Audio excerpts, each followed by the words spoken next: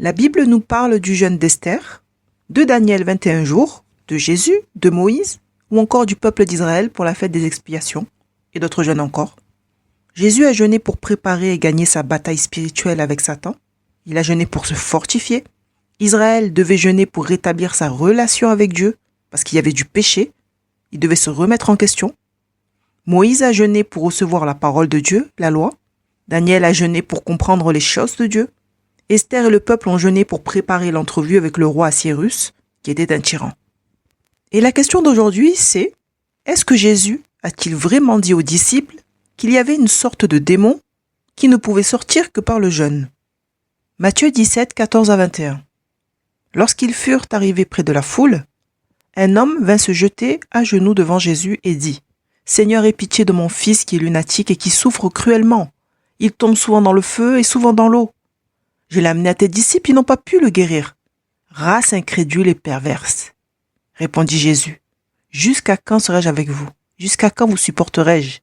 Amenez-le-moi ici. » Jésus parla sévèrement au démon, qui sortit de lui, et l'enfant fut guéri à l'heure même. Alors les disciples s'approchèrent de Jésus et lui dirent en particulier, « Pourquoi n'avons-nous pas pu chasser ce démon? C'est à cause de votre incrédulité, leur dit Jésus. Je vous le dis en vérité, si vous aviez la foi comme un grain de sénévé, vous diriez à cette montagne, « Transporte-toi d'ici là », et elle se transporterait. Rien ne vous serait impossible. Mais cette sorte de démon ne sort que par la prière et par le jeûne. Les disciples à ce moment-là avaient un mauvais cœur. Le péché était attaché à leur cœur. Un mauvais cœur révèle que tu n'as pas soumis tes pensées à l'obéissance de la croix. Un mauvais cœur révèle que tu es méchant, qu'il y a du péché dans ton cœur, et même dans ta vie en réalité. Le jeûne nous permet de nous humilier devant la face de Dieu, de nous remettre en question, de chercher le cœur de Dieu, de chercher sa parole. Prier et jeûner nous aide à ranimer notre foi. Jésus est en train de dire aux disciples qui n'avaient pas été capables de chasser ce démon-là parce qu'ils étaient loin des choses de Dieu là, à ce moment-là. Ils n'étaient pas spirituels. Ils étaient en balade avec Jésus. Leur nom était associé au nom de quelqu'un qui faisait des choses extraordinaires. Ils étaient contents. Hein? Avec Jésus, les disciples avaient finalement l'attention que beaucoup n'avaient sûrement jamais eue. D'où provient l'incrédulité en réalité? La Bible nous montre que l'incrédulité vient aussi d'un mauvais cœur. Les mauvaises relations avec ta famille, tes frères et sœurs dans l'assemblée, ou même avec les gens en général. Parce que oui, il y a des chrétiens qui se querellent avec tout le monde pour rien du tout. Eh bien, tes mauvaises relations, tes querelles, tes disputes ouvrent la porte à l'incrédulité. L'incrédulité révèle un mauvais cœur. Et le mauvais cœur amène à la méchanceté. Et la méchanceté ouvre la porte à de nombreux péchés dans ta vie. C'est pourquoi Dieu précise qu'il y a un jeûne en particulier qui lui plaît. Dans Ésaïe 58:6. Voici le jeûne auquel je prends plaisir. Détache les liens de la méchanceté. Dénoue les liens de la servitude. Renvoie libre les opprimés. Et que l'on rompe toute espèce de joug. Partage ton pain avec celui qui a faim et fais entrer dans ta maison les malheureux sans asile. Et si tu vois un homme nu, couvre-le et ne te détourne pas de ton semblable. Alors, ta lumière poindra comme l'aurore et ta guérison germera promptement. Ta justice marchera devant toi et la gloire de l'Éternel t'accompagnera. Alors tu appelleras et l'Éternel te répondra. Tu crieras et il dira, me voici. Si tu éloignes du milieu de toi le joug, les gestes menaçants et les discours injurieux. En gros, il est en train d'expliquer que lorsque tu fais ce jeûne-là, ce jeûne auquel Jésus a ramené les disciples, Jésus parlait de ce jeûne-là qui détache les liens de la méchanceté, auquel Dieu prend plaisir, et que tu pratiques de bonnes œuvres, alors tu seras exaucé. Alors lorsque tu appelleras Dieu, il te répondra, il t'exaucera.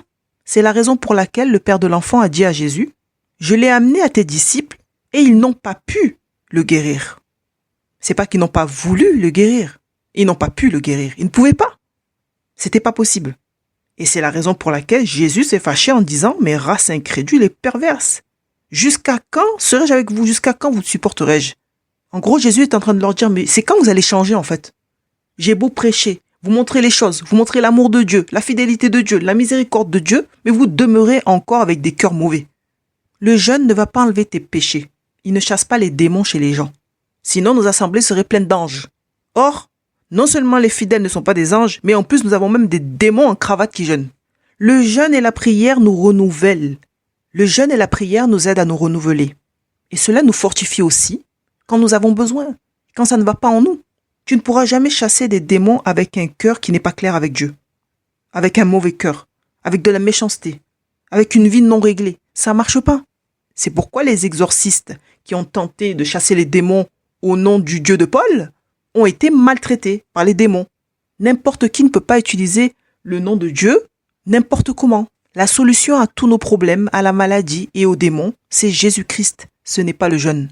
Donc, tu peux jeûner pour régler tes problèmes de mauvais cœur, pour te remettre en question, pour aller devant la face de Dieu, pour te fortifier. Si tu n'as rien à te reprocher, mais tu peux aussi jeûner pour te fortifier, parce que ça fait toujours du bien d'être dans la présence de Dieu, de chercher le cœur de Dieu, de chercher la pensée de Dieu. Les choses sont plus claires, c'est vrai. Les choses sont plus claires quand tu te mets à jeûner, qu'il y a des choses que tu ne comprends pas dans ta vie. Les choses deviennent plus claires, c'est la vérité. Et même quand tu ne comprends pas la parole de Dieu, que tu pries et que tu jeûnes, Dieu t'éclaire aussi. Daniel a prié et jeûné pour pouvoir comprendre les choses de Dieu. Donc, les démons ne se soumettent pas du tout aux gens incrédules.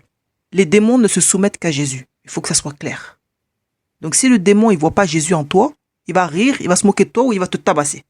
Par contre, s'il voit l'autorité de Christ en toi, alors il va se soumettre, il va s'en aller. Si le jeûne était vraiment une solution pour chasser certains démons, alors comment ça se fait que les satanistes qui jeûnent sont encore possédés de démons? Et même, plus ils jeûnent, plus ils sont animés d'esprits mauvais. Tu vois bien que ça n'a pas de sens. Ce n'est pas le jeûne qui fait que les démons sont chassés. En fait, ce qu'il faut comprendre, c'est qu'il y a plusieurs types de jeûnes.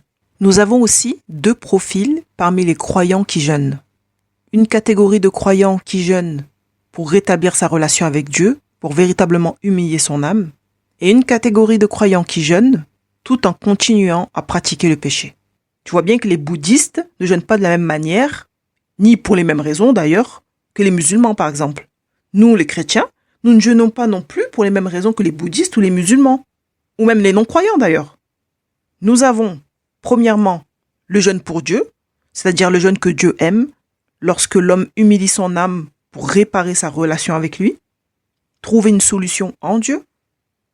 Nous avons le jeûne pour la santé, qui est fait par les non-croyants et les croyants aussi d'ailleurs. Nous avons le jeûne des païens, les adorateurs des dieux étrangers, parce que eux aussi ont des temps de jeûne, en faveur de leur Dieu. Et nous avons le jeûne des satanistes. Donc tu vois bien que associer le jeûne au fait de chasser les démons, ça marche pas en fait. Le jeûne n'est pas une arme spéciale pour chasser les démons des gens. C'est l'autorité que Christ t'a donnée qui te permet de chasser les démons. C'est le nom de Jésus-Christ qui fait tout le boulot. Mais si tu es incrédule, c'est que ta foi te fait défaut. Et si ta foi te fait défaut, c'est que ta relation avec Dieu s'est brisée quelque part. Il faut donc s'humilier, humilier ton âme pour réparer ta relation et pouvoir exercer en toute légalité. Le jeûne ne donne pas de puissance non plus particulière, c'est le Saint-Esprit et c'est la Bible qui le dit.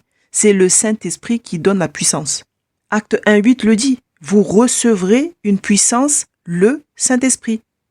C'est pas vous recevrez une puissance, le jeûne. Donc, résumons.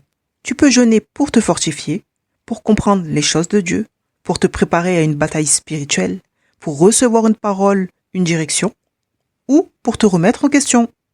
Et pour finir, c'est le nom de Jésus qui permet de chasser les démons, l'autorité de Christ. Et la puissance vient du Saint-Esprit. Que Dieu te bénisse abondamment.